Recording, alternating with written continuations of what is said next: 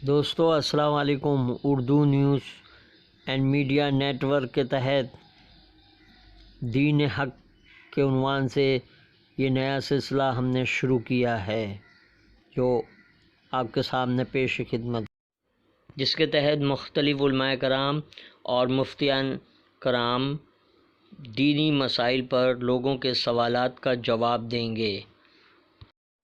آج کے ایپیسوڈ میں مفتی عزیز الرحمن سوالات کا جواب دیں گے۔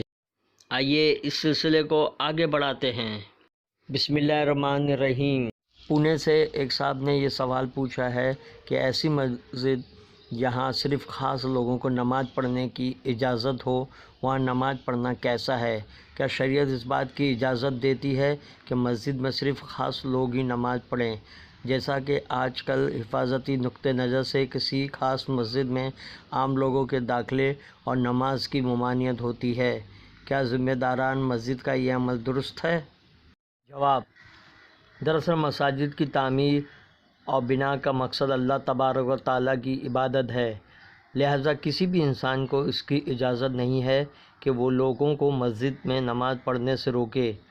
قرآن حکیم میں سورہ بقرہ کی آیت نمبر 114 میں اس پر شدید وعید موجود ہے اور ایسے شخص کو ظالم کہا گیا ہے، لیکن ایسی مسجد میں نماز کے جواز میں کوئی اختلاف نہیں ہے، نماز درست مانی جائے گی۔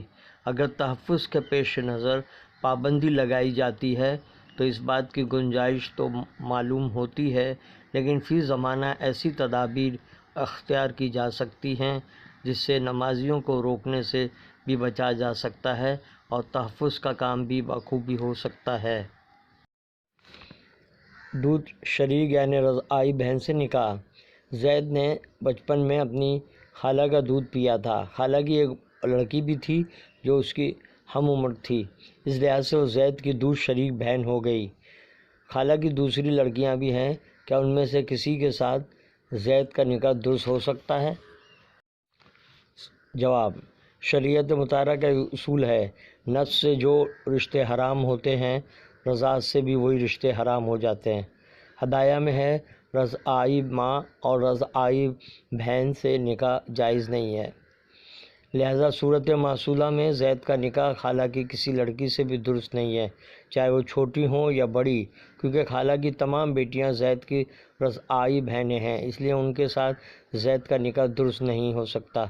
ہاں، البتہ اگر زید کا کوئی دوسرا بھائی ہو اور اس نے خالہ کا دودھ نہ پیا ہو تو اس کا نکاح خالہ زاد بہنوں سے ہو سکتا ہے۔ مسبوق کا امام کے ساتھ سجدہ سہو میں شریک ہونا۔ زید اس وقت مسجد آیا جب امام صاحب چوتھی رکعت میں تھے۔ زید شریک ہو گیا، پھر قاعدہ آخرہ میں اس نے سجدہ سہو کیا، تو کیا زید جو کہ مسبوق ہے وہ بھی امام کے ساتھ سجدہ سہو میں شریک ہوگا یا شریک ہوئے بغیر کھڑا ہو کر اپنی نماز پوری کرے گا؟ جواب: مسبوق شخص شریک ہوگا۔ حکم یہ ہے کہ سجدہ سہو کے لیے جب امام سلام پھیرے تو سلام میں شریک نہ ہو، بلکہ اس کے بعد جب امام سجدہ کرے تو مسبوق شخص سجدے میں اس کے ساتھ شریک ہو جائے۔ سجدہ سہو کرنے کے بعد جب امام دوبارہ اتحیات وغیرہ کے بعد سلام پھیرے گا تو اس وقت کھڑے ہو کر وہ بقیہ نماز پوری کرے گا، لہذا صورت معصولہ میں زید کے لیے حکم یہ ہے کہ سلام میں امام کے ساتھ شریک نہ ہو، سجدے میں شریک ہو جائے اور جب تشہد کے بعد امام سلام پھیرے تب کھڑے ہو کر اپنی فوت شدہ رکعات پوری کرے۔ مغرب کی فرض نماز میں قرات کو طویل کرنا۔ سوال: ہمارے یہاں کی مسجد میں امام صاحب مغرب کی فرض نمازوں میں کافی طویل قرات کرتے ہیں، چھوٹی سورتیں بہت کم پڑھتے ہیں، جس کی وجہ سے لوگ ان کی اقتداء میں کمی نماز ادا کرتے ہیں، کیا امام کا اس طرح قرات کرنا درست ہے؟ اگر نہیں تو درست عمل کیا ہے؟ جواب: ائمہ کو نمازوں میں مسنون قرات کا اہتمام کرنا چاہیے۔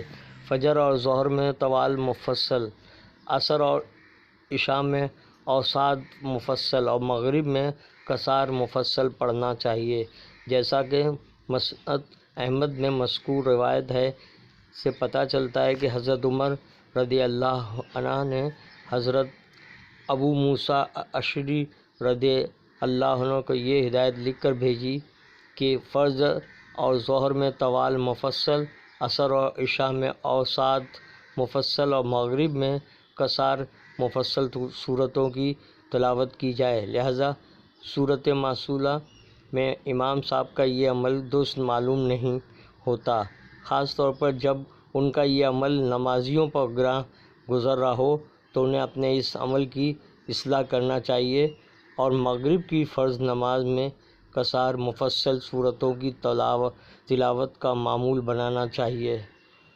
واللہ عالم وعلم اعتم۔